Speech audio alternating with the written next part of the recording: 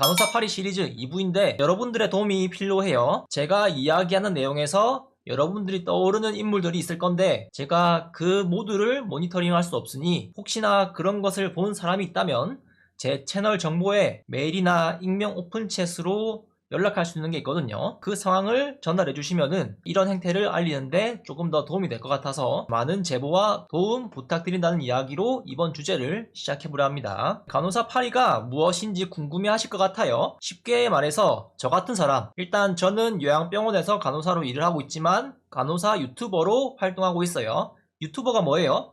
개인적인 영리 활동이에요. 개인적으로 돈을 번다. 개인 사업자든 프리랜서 느낌으로 가든 수익 창출을 안 하고 하는 일부의 경우도 있겠지만 그러한 것조차 결국 대외적으로 나를 알리고 퍼스널 브랜딩 같은 단어로 이야기하는데 나를 알림으로 인해 어떤 이익을 기대하는 경우라 봐야 해요. 그 과정에 내가 간호사라는 것이 시청자로 하여금 영리활동에 막대한 영향을 주는 요소가 있다. 그렇다면 간호사 8위의 범주에 들어가고 그것을 어떤 식으로 이용하냐에 따라서 시청자의 생각이 갈리겠죠. 예를 들어보면 간호사가 개발에 참여한 간호사를 위한 핸드크림 이런 성분이 들었어요 하는 것을 강조하면서 제품을 판매를 합니다. 사는 사람들은 와 간호사가 개발했대 그리고 간호사에게 좋은 것들이 있대 하면서 혹해서 살 수도 있겠어요. 그런데 알고 보니 보통의 보습제 로션에 들어있는 성분인데 마치 혁신적으로 첨가를 해가지고 만든 제품인 것처럼 마케팅하는 것. 그런데 사실 성능이나 가격 면에서 유명하고 잘 알려진 세타필이나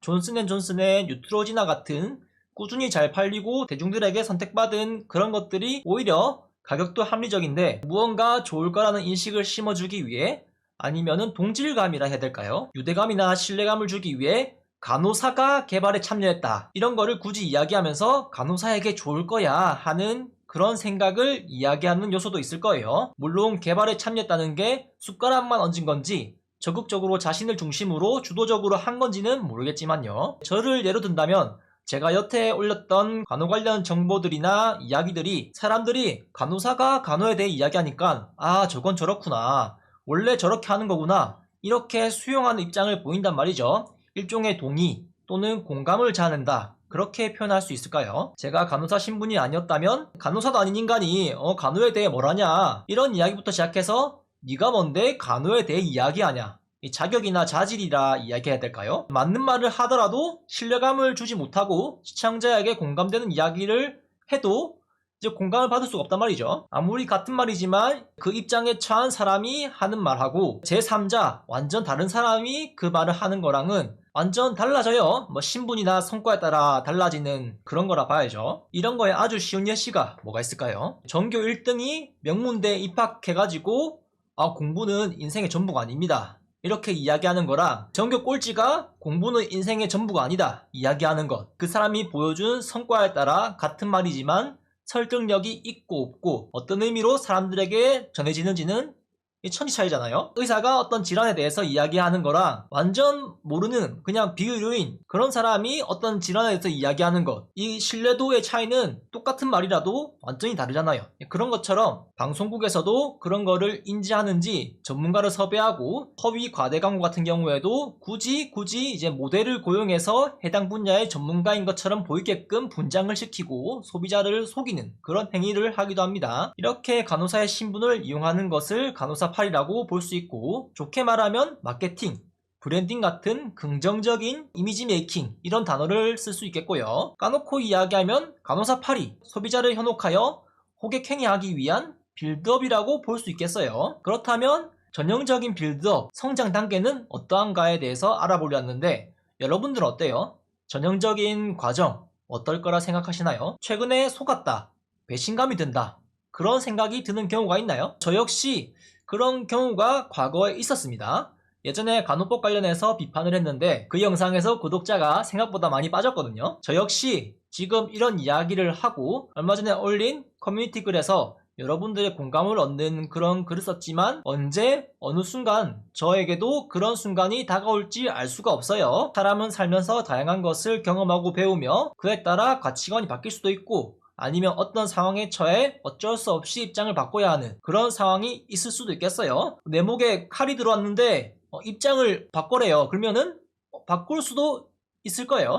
죽으면 안 되니까. 지금 제가 이런 이야기를 하는 것도 나중에 제가 입장이 바뀔 때를 대비해 미리 밑밥을 까는 상황을 연출하는 것일 수도 있겠죠. 일단 첫 번째 스텝, 대중들이 듣고 싶은 말이나 원하는 콘텐츠를 시도해요. 간호사 같은 경우엔 대중적인 콘텐츠 어떤 것이 있을까요? 정맥주사 잘하는 법을 올리는 것, 일하면서 힘든 것을 공유하고 어떻게 해결했는지, 문제가 있는 부분에 대해서 비판을 한다든지, 아니면 의학 드라마 리뷰를 하는 그런 것도 있겠어요. 그리고 소통을 하면서 현실을 왜곡하는 그런 전개도 해볼 수 있겠죠. 여러분 힘드세요? 여러분이 힘든 것은 여러분이 못해서 못나서가 아닙니다. 여러분을 힘들게 만든 사회가 문제입니다. 병원이 문제입니다. 이런 문제를 방치하고 있는 어떤 단체가 문제입니다. 여러분 모두 소중합니다. 이런 이야기를 하면서 남 탓을 하면서 발전을 저해야 하는, 물론 정말 사회가 문제이고 병원이 문제일 수 있겠습니다만 스스로 이겨내고 극복해야 하는 의지를 주고 현명한 판단을 할 수 있게 좋은 정보를 공유하고 다양한 시각을 제시해줘야 되는데, 포기하라는 듯이 이야기를 하는 무책임한 모습을 보이는 거죠. 그렇게 힘들며 지쳐있는 사람들에게 듣고 싶은 이야기를 해주는 거예요. 그래, 너의 잘못이 아니야. 넌 잘못이 없어. 그놈이 다 잘못한 거야. 걔는 잊어버리고 새로운 사람 만나면 되잖아. 세상에 남자가 절반이야. 오늘 술이나 마시자. 약간 이런 느낌이라 해야 될까요? 그런 모습을 계속 보이며 사람들과 소통하면 유대감이 형성되고 어떤 데이터를 가지고 이야기하고 일관적인 모습을 보인다면 신뢰감까지 얻을 수 있겠죠. 재미까지 더한다면은 팬층 확보에 더욱 박차를 가할 수 있겠어요. 그래서 그런 팬층을 가지고 이해관계가 맞는 사람들과 접촉을 합니다. 그쪽에서 먼저 연락을 해오거나 내가 먼저 연락을 하거나 하겠죠. 그런 과정에서 확보한 팬층을 이용해 자신의 경제적 이익을 위해 이용한다 할까요? 그런데 그거는 문제가 있다고 보진 않아요. 정직하게 하고 정말 괜찮은 물건을 판매하는 거라면 말이죠. 마침 내가 필요한 물건이 있는데 내가 좋아하는 사람이 광고하며 보증한다 그러면 한번 저걸로 사볼까, 그런 느낌이랄까요? 물론 예외는 있겠어요. 소비자들이 잘 모르거나 새로운 영역을 개척하는 사업 같은 경우 이런 신뢰감과 유대감 형성이 구매로 이어질 가능성이 크다고 봐야겠죠. 간호사 관련 콘텐츠 사업 같은 경우에 문제는 현실은 그렇지 않고 과대 과장의 기망행위, 그리고 예능이나 인터뷰를 가장한 뒷광고의 행태까지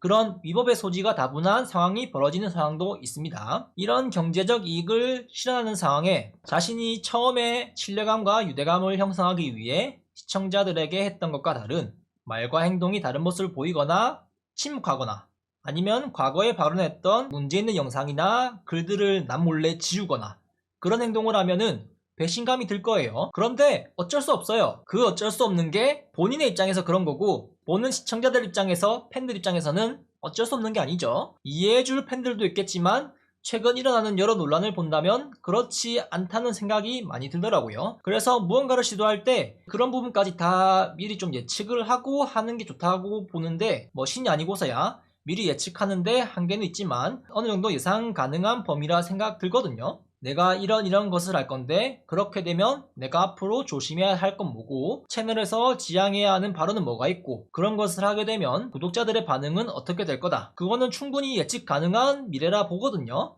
예측은 했지만 이렇게까지 될지 몰랐다. 생각해보니 후폭풍이 크다. 그런 문제는 있겠어요. 여튼간에 이런 여러 변수 속에 그 어쩔 수 없는 상황을 초래한 건 본인의 선택이고, 나의 이해관계들에 얽혀있는 사람들, 광고를 받았던 사업체들이 있는데 그런 관계 속에서 문제가 발생하면 안 되기 때문에 당연히 발언을 삼가거나 또는 모르는 척 침묵으로 일관할 수밖에 없을 거예요. 최근 연예인이나 대형 유튜버들이 논란이 되는 경우를 본다면 이미지를 보고 광고를 체결했는데 갑자기 사회적 물의를 일으키는 상황이 생겼다. 그러면 계약서상에 명시된 대로 위약금을 내거나 그런 상황이 생기기 때문에 왜 간호법에 대해서 이야기를 안 해주시나요? 왜 지금 사태에 대해 침묵하고 계시나요? 구독자들 입장에서 물어볼 수 있는 질문들을 외면하거나 침묵을 지키거나 아니면 댓글을 검열해서 그런 낌새가 보이지 않게 여론 작업을 하거나 아니면 180도 바뀐 입장에서 누군가를 지지한다, 이런 이야기를 할 수도 있겠어요. 그런 상황이 온다면 팬들 입장에서는 배신감이 들 수밖에 없다는 거. 그래서 그런 리스크를 줄이기 위해 하는 행동이 뭘까요? 바로 자신의 입장 변화를 정당화, 합리화할 수 있는 과정을 거치는 거예요. 다양한 시도를 할 예정이다. 채널 유지에 이것만 해서는 안 된다. 이게 무슨 말이냐면 내가 처음에 고수했던 그런 입장이 돈벌이가 영 시원찮다. 조회수가 영 안 나온다. 다른 것을 하며 관심을 돌리겠다. 수완이 좋지 못하다. 아니면 처음 했던 스탠스를 밀고 나가면 나와 얽힌 이해관계들에 피해가 갈 수 있으니까 그 문제들로부터 회피를 하고자 하는 목적이 어느 정도 있지 않을까. 그래서 어쩔 수 없다. 그렇게 볼 수 있겠어요. 물론 긍정적으로 좋게 포장할 수 있겠지만 삐딱하게 본다면 이렇게 볼 수 있다는 거. 그런데 저는 입장 변화에 일관성을 유지한다면 괜찮다고 봐요. 신념이라 해야 할까요? 영화나 드라마 같은데 이런 대사가 있잖아요. 아무리 내가 힘들어도 악마에게 영혼을 팔지 않겠어. 그런 것처럼 굽힐 수 없는 무언가, 가장 중요한 무언가에서 크게 벗어나지 않으면 입장을 바꾸더라도 어느 정도 수용이 가능하다고 보거든요. 그 과정에서 적절한 설명이나 설득을 하는 아니면 해명을 하는 그런 과정이 필요할 수는 있겠지만요. 그런데 저는 한 가지 의문점이 채널 운영이나 인스타나 틱톡 아니면 카페를 운영 중이란다면 자신이 운영 중인 채널이나 그 무언가의 정체성이나 가치관이 있을 거잖아요. 제 채널의 정체성이나 가치관, 그런 것처럼 그 컨셉에 맞게 광고나 이해관계를 구축하면 될 텐데 라는 생각이 들거든요. 그런데 대중적인 이미지가 아니고 민감한 주제를 다루고 선한 이미지를 갖추지 못한다면은 광고나 여러 사람들과 협업하는데 제약이 많겠죠. 저 같은 경우에 광고가 많이 들어오진 않지만 꾸준히 메일로 와요. 무슨 영어 회화나 어떤 제품이나 뭐 화장품이나 아마 모든 인플루언서들이나 유튜버들에게 단체로 돌리는 메일 같은데 제가 갑자기 영어 회화 광고를 하거나 어떤 뷰티 광고, 화장품 광고 이런 걸 하면은 이상하잖아요. 제 채널하고 안 맞는 거잖아요. 그런 거라 좀 봐야 될까요? 그리고 제가 이전에 미국 간호사 관련 영상을 올렸는데 미국 간호사 관련 광고 제의가 들어왔었어요. 제시한 조건은 화면에 보이는 대로 이렇습니다. 상당히 매력이 있는 조건이죠.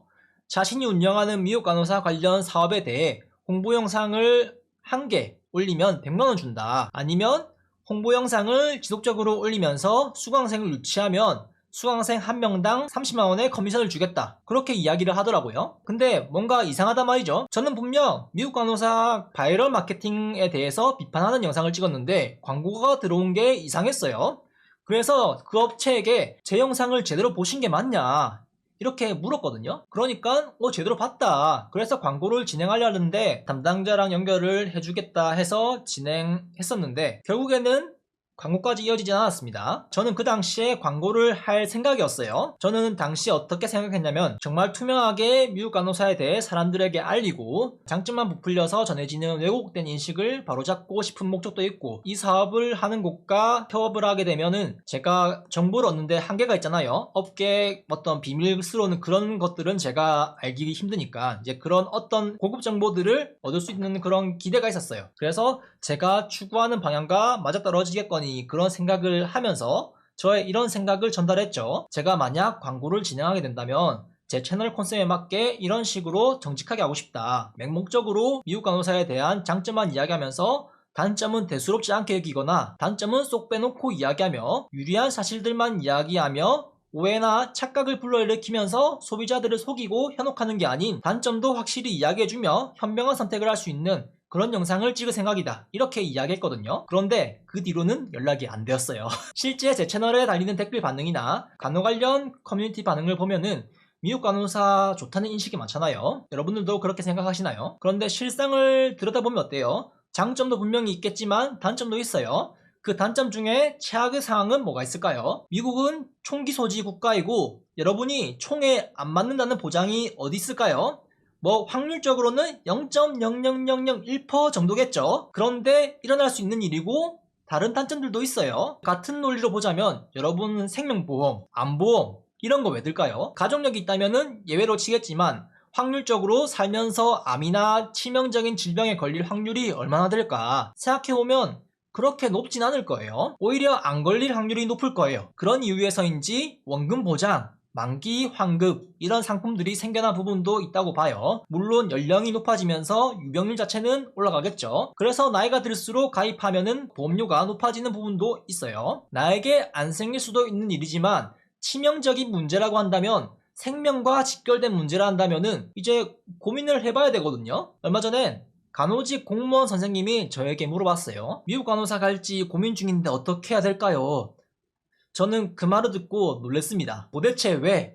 공무원인데 왜 공무원이면은 이미 정년은 보장되어 있잖아요. 본인이 퇴사하거나 사회적으로 문제를 일으키지 않는다면은. 물론 지금 공무원 연금 같은 경우에는 국민연금하고 달리 일찌감치 고갈이 되어가지고 문제가 있는 상황인데, 일단 정년 그거는 보장되어 있어요. 그런데 미국 간호사는 공무원만큼 정년이 보장되어 있진 않아요. 최근에 나온 조사에 따르면 미국 간호사들의 평균 근속연수는 3년에서 2.7년인가? 그 정도로 1년 만에 큰 폭으로 떨어졌거든요. 그리고 미국 같은 경우에는 해고도 쉽잖아요. 물론 미국에도 간호사 인력난이 있어서 해고를 잘 안 할 것 같지만, 해고당할 위기, 여러 것을 따져본다면은 저는 간호직 공무원이 확실히 낫다고 생각을 하거든요. 그래서 와, 미국 간호사 바이럴이 공무원마저 현혹시켰구나 이런 생각이 잠깐 들었는데, 이런 정보의 비대칭성, 그리고 그런 정보들을 잘 모르는 사람을 타겟으로 한다는 것을 본다면 어떤 것을 볼 수 있을까요? 세상 물정의 어두운 계층을 공략하는 거예요. 사회에 막 나와서 일하는 사회초년생,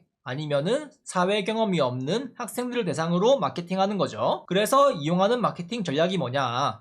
틱톡, 인스타, 유튜브 쇼츠, 유튜브 긴 영상, 다음이나 네이버 카페 더 있을까요? 당장 생각나는 건 이 정도예요. 이 플랫폼들의 특성은 어떨까요? 틱톡은 학생들의 비중이 높다는 것을 볼 수가 있어요. 18세 미만이 28%고요. 19세에서 29세가 35%. 2020년 국내 사용자 분포에서 10대가 42.7%라고 나왔었어요. 인스타 같은 경우에는 20대 사용률이 높습니다. 그리고 2위, 3위는 30대랑 10대고요. 유튜브 쇼츠 같은 경우에 이제 시청 연령대가 조금 낮아요. 긴 영상에 비하면은. 긴 영상은 이제 연령대가 조금 높고요. 이 앞에 세 개들에 비해서. 그리고 카페 같은 경우에 카페 밴드 이런 거 보면은 중장년층들이 많이 이용을 하죠. 일단은 이 중에 30대, 40대 그 이상의 연령대도 있겠지만은 주요 이용 연령대를 본다면은 이렇다는 겁니다. 요약하면은 이제 틱톡, 인스타, 유튜브 쇼츠는 10대에서 20대를 공략한다는 겁니다. 이 밑에는 제가 나중에 따로 다룰 기회가 있을 겁니다. 학생과 사회초년생들을 공략하기 위한 것이라고 보면 돼요. 만약 제가 간호 관련 상품을 판매한다고 가정을 하면은 앞으로 쇼츠 영상을 열심히 올리겠다. 앞으로 인스타에서도 활동을 할 거다. 앞으로 틱톡에서도 활동을 할 거다. 이게 무슨 뜻일까요? 물론 진짜 그냥 내가 관종이라 가지고 이렇게 여러 군데서 하는 걸 수도 있겠지만은, 학생들을 대상으로 적극적으로 나의 채널을 노출시키고 매출로 이어지게끔 할 거다, 그런 뜻이라고도 볼 수 있겠죠.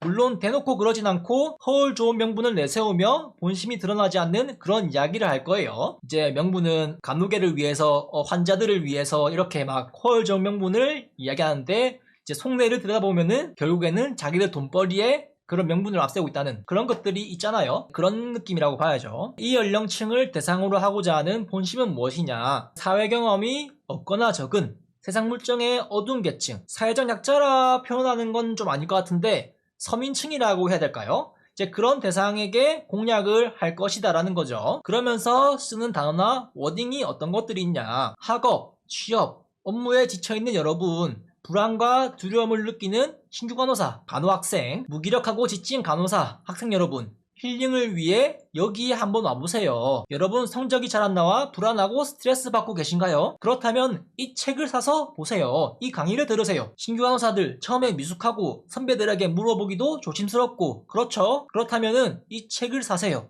이 강의를 들으세요. 이런 마케팅을 한다. 이게 부당이득인지는 잘 모르겠어요. 그런데 상대방의 절박한 그런 상황을 이용한다는 점에서 잠깐 자료를 가져와 봤고요. 사람이 불안하고 절박해지면은 썩은 동아줄이라도 찾게 돼 있어요. 그거는 인간의 심리라고 봐야 될까요? 제가 심리학을 잘 아는 건 아니지만, 학생이라 한다면 성적에 스트레스 안 받는 사람 몇이나 있겠어요? 저처럼 나는 안 되구나, 유급만 안 하고 계절 학기는 안 듣게 F만 맞지 말자, 공부 대충 하자, 어차피 지방 종합병원에 취업할 건데 하면서 노는 학생들 별로 없거든요.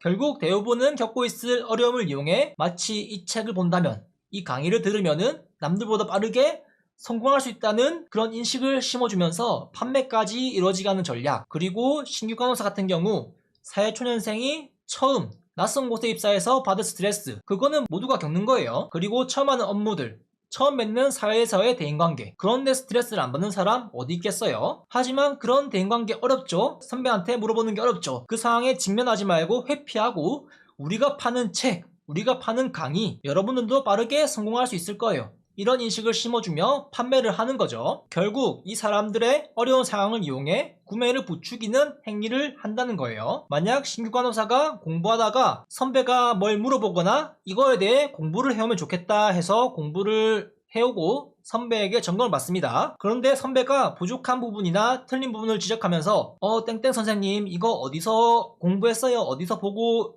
이렇게 적은 거예요? 이렇게 물어볼 수도 있잖아요. 그러면 얘 신규 간호사가 그거요 어디서 파는 책에 나왔어요. 누가 하는 강의에 나왔어요. 이렇게 얘기하면은 어떤 상황이 펼쳐질까요? 상상도 하기 싫습니다. 그런데 전공책 여기에 이렇게 나와 있던데요.